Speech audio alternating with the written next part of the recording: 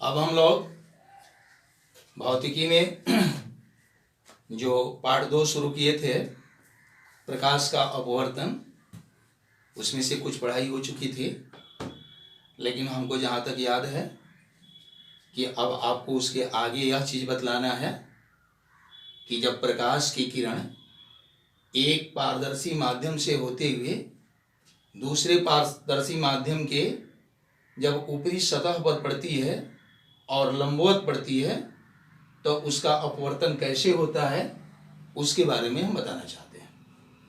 मान लीजिए यहाँ हम इस हेडिंग को लिख देते हैं, जब प्रकाश की किरण एक पारदर्शी माध्यम से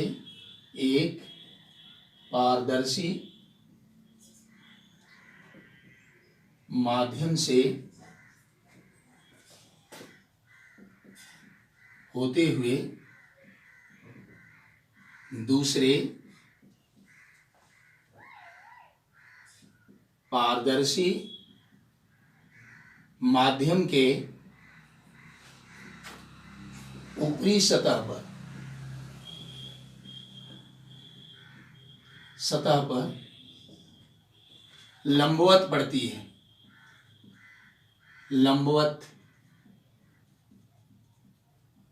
पड़ती है, तो वह सीधे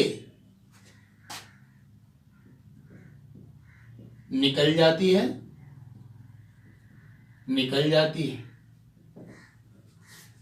उसको हम देखेंगे। जैसे मान लीजिए कि यह जल है, जल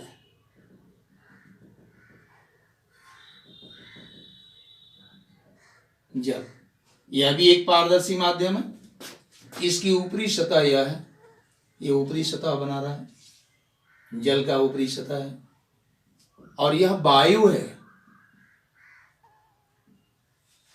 जो एक विरल माध्यम है जल की अपेक्षा। यह भी पारदर्शी माध्यम। इस पारदर्शी माध्यम से प्रकाश की एक किरण है, मान लीजिए इस जल की ऊपरी सतह पर ऐसे लंबवत पड़ रही है। हम ऐसा कल्पना कर रहे हैं कि एक प्रकाश की किरण वायु से होते हुए जल के ऊपरी सतह पर लंबवत पड़ती है। तो जब यह लंबवत पड़ती है तो यह अपने पूर्व पथ से विचलित नहीं होती है, यह सीधे ही इसमें प्रवेश करती हुई सीधे आगे की ओर निकल जाती है। यह अपने पूर्व पथ से विचलित नहीं होती है। इसके पहले हम बताए थे कि प्रकाश की किरण जब एक के पारदर्शी माध्यम से दूसरे पारदर्शी माध्यम में अगर तिरछी प्रवेश करती है तो अपने पूर्व पथ से मुड़ जाती है। लेकिन यहां पर हम बताए कि अगर वह लंबवत पड़ती है दूसरी सतह पर तो वह अपने पूर्व पथ से विचलित नहीं होती है, वह सीधे निकल जाती है। चलिए, इसके बाद आपको हम पार्श्विक विस्थापन बता रहे हैं। पार्श्विक विस्थापन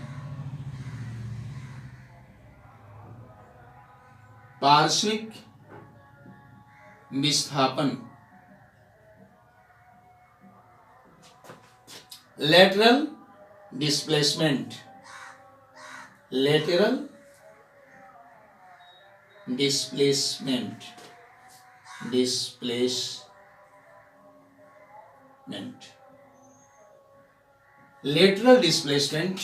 पार्श्विक विस्थापन। पार्श्विक विस्थापन क्या है, इसे हम जानेंगे। इसके पहले हम लोग एक प्रयोग किए थे, प्रकाश के अपवर्तन की व्याख्या विस्तार से जानने के लिए। वह आप लोगों को याद होगा। उसी प्रयोग को यहां पर हमें दोहराना होगा पार्श्विक विस्थापन जानने के लिए। तो चलिए, उस प्रयोग में क्या था कि एक ड्राइंग बोर्ड लेते हैं और उस पर एक ताव सादा कागज चिपकाते हैं। चलिए, एक ड्राइंग बोर्ड मान लीजिए यह हो गया और इस पर एक सादा कागज हम इस पर चिपका रहे हैं।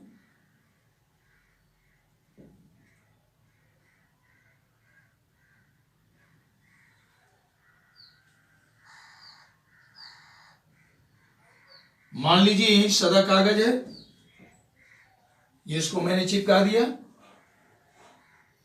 अब इस सादा कागज के बीचों बीच एक कांच का हम स्लैब रखते हैं।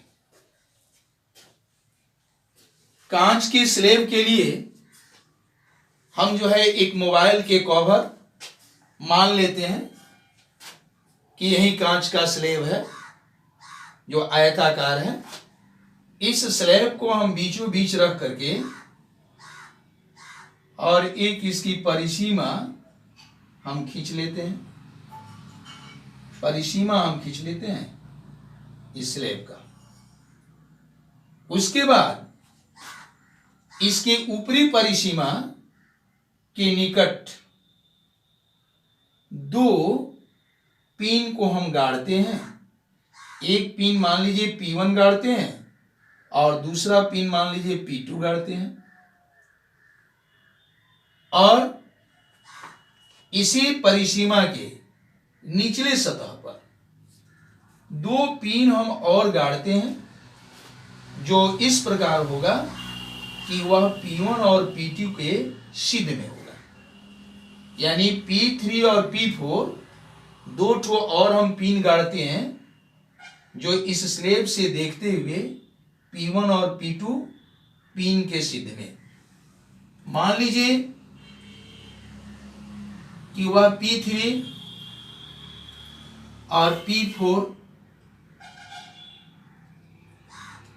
इस तरह का दो पिन है।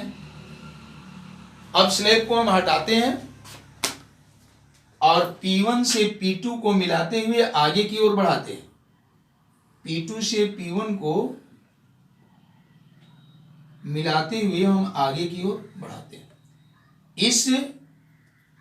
इसे हम आपतित किरण मानते हैं। P2 P1 मान लीजिए कि स्लैब के ऊपरी सतह पर एक आपतित किरण है। अब इसके बाद यह प्रवेश कर रही है स्लैब के अंदर, यह किरण, तो यह अपने पूर्व पथ से जो है विचलित होगी। चूंकि ये वायु से होते हुए एक सघन माध्यम यानी कांच के स्लैब में प्रवेश कर रही है, तो यह अपने पहले वाले पथ से विचलित होगी और विचलित होते हुए ये आगे की ओर बढ़ेगी।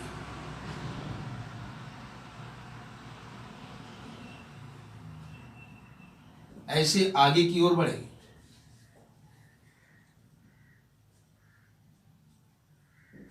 अब देखेंगे ये अपवर्तित किरण हुआ और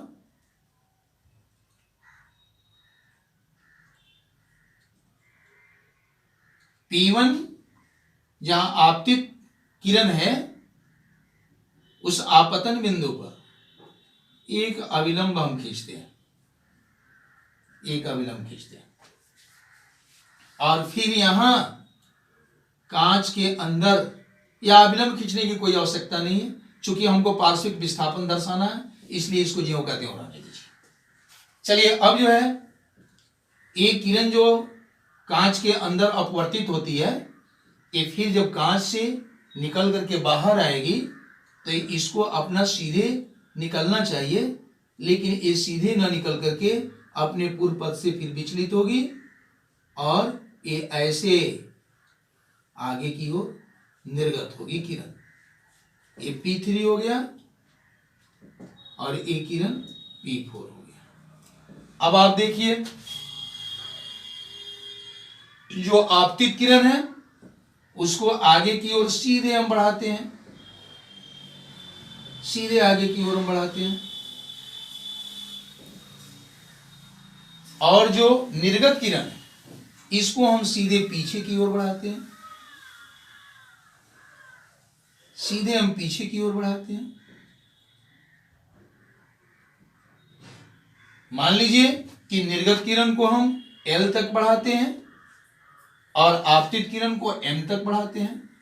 अब देखिए P2M और LP4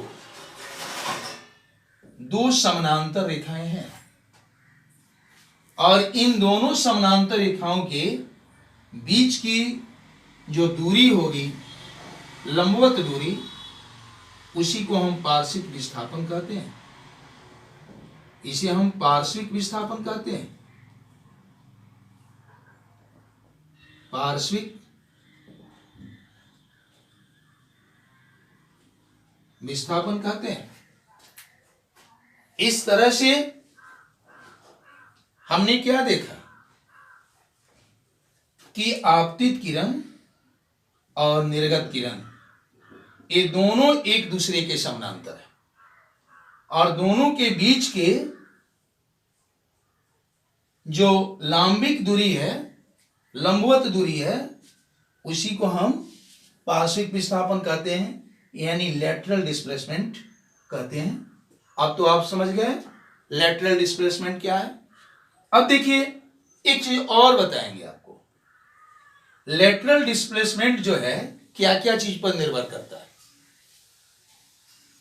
एक तो आप जानिए कि लेटरल डिस्प्लेसमेंट में आपतित किरण निर्गत किरण के बिल्कुल समानांतर होती है। दूसरा चीज यह जानिए कि इन दोनों के बीच की जो लंबवत दूरी है वह स्लेब की, कांच की जो स्लेब है उसकी चौड़ाई पर निर्भर करती है। कांच की स्लेब अगर ज्यादा चौड़ी हो तो ये पार्श्विक विस्थापन अधिक होगा और कांच की स्लेब की चौड़ाई अगर कम हो तब पार्श्विक विस्थापन कम होगा। इस चीज पर भी पार्श्विक विस्थापन निर्भर करता है। बस यही मुख्य चीज है। अब इसके बाद हम आगे आप लोगों को फिर बताने जा रहे हैं।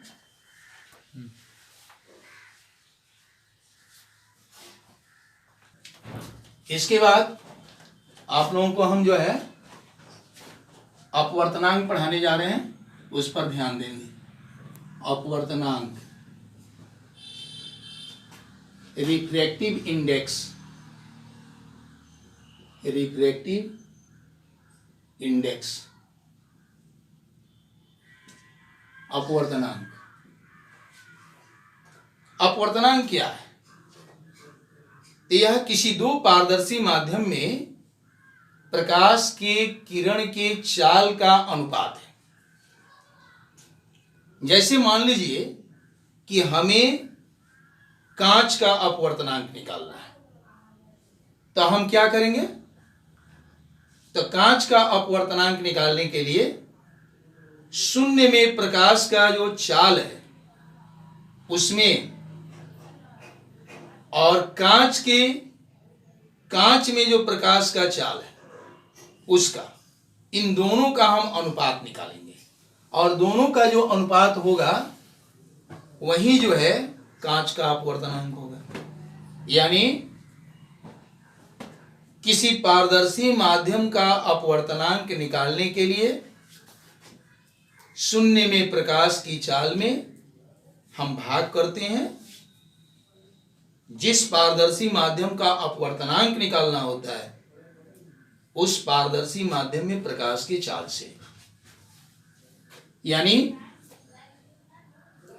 किसी पारदर्शी माध्यम का अपवर्तनांक शून्य में प्रकाश के चाल और उस माध्यम में प्रकाश की चाल के अनुपात को कहते हैं। अब देखिए, जैसे मान लीजिए कि कांच का अपवर्तनांक हमें निकालना है। कांच का अपवर्तनांक निकालना है तो हम कैसे निकालेंगे? तो सबसे ऊपर हम शून्य में प्रकाश का चाल लिखेंगे। शून्य में प्रकाश का चाल या वायु में प्रकाश का चाल। शून्य में प्रकाश का जो चाल होता है वही वायु में प्रकाश का चाल होता है और बट्टा कर लेंगे। चूंकि कांच का अपवर्तनांक हम निकाल रहे हैं इसलिए नीचे जो है कांच में प्रकाश का चाल हम लिखेंगे। कांच में प्रकाश का चाल हो जाएगा। अब देखिए, अगर हम शून्य में प्रकाश का चाल अगर जानते हैं कि क्या होता है तो उसको हम लिख देंगे। आप तो जानते होंगे 3 लाख किलोमीटर प्रति सेकंड होता है, यानी एक सेकंड में 3 लाख किलोमीटर जो है प्रकाश की किरण दूरी तय करती है, वायु में या निर्वात में। तो उसको हम ऊपर लिख देंगे 3 लाख किलोमीटर, इकाई दहाई सैकड़ा हजार 10,000 लाख किलोमीटर प्रति सेकंड। और नीचे कांच में प्रकाश का चाल हम लिखेंगे, तो कांच में प्रकाश का चाल 2 लाख किलोमीटर प्रति सेकंड होता है। तो यहां हम 2 लाख किलोमीटर प्रति सेकंड लिख देंगे। अब देखिए कट जाएगा, बचेगा 3/2। अब इसको भाग कर दीजिए, 1.5 हो जाएगा। यही जो है कांच में कांच का अपवर्तनांक होता है, कांच का अपवर्तनांक। उसी तरह से आप किसी भी पारदर्शी माध्यम का अपवर्तनांक आप निकाल सकते हैं। जैसे मान लीजिए कि आप जल का अपवर्तनांक निकालना चाहते हैं। जल का अपवर्तनांक कैसे निकालेंगे? तो एक बट्टा का चिन्ह देंगे और इस बट्टा के चिन्ह के ऊपर, सबसे ऊपर जो यहां लिखे हैं शून्य में प्रकाश का चाल, वही चीज लिखेंगे। यानी यह आप जान लीजिए कि किसी भी माध्यम का अपवर्तनांक निकालना हो तो सबसे ऊपर शून्य में प्रकाश का चाल ही लिखेंगे।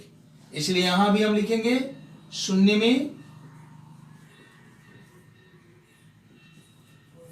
प्रकाश का चाल, और नीचे लिखेंगे, चूंकि जल का अपवर्तनांक निकाल रहे हैं ना, तो इसलिए नीचे जल में प्रकाश का चाल लिखेंगे।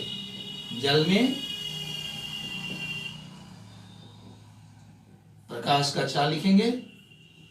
अब देखिए ये 3 लाख किलोमीटर प्रति सेकंड हो गया और यह 2,25,000 किलोमीटर प्रति सेकंड हो गया। अब इसको आप कटा सकते हैं, 5 × 30, 5 × 20 बचा 25, 5 × 9 45, 5 से इसको कटाएंगे 12 होगा, 3 × 4 12, 3 × 3 9, यानी 4/3। इसको भाग करके आप निकाल लीजिएगा, यही आपका जल का अपवर्तनांक होगा। इस तरह से आप किसी भी माध्यम का अपवर्तनांक आसानी से निकाल सकते हैं। चलिए बस इतना ही के साथ आज का पढ़ाई हम ड्रॉप करते हैं। धन्यवाद।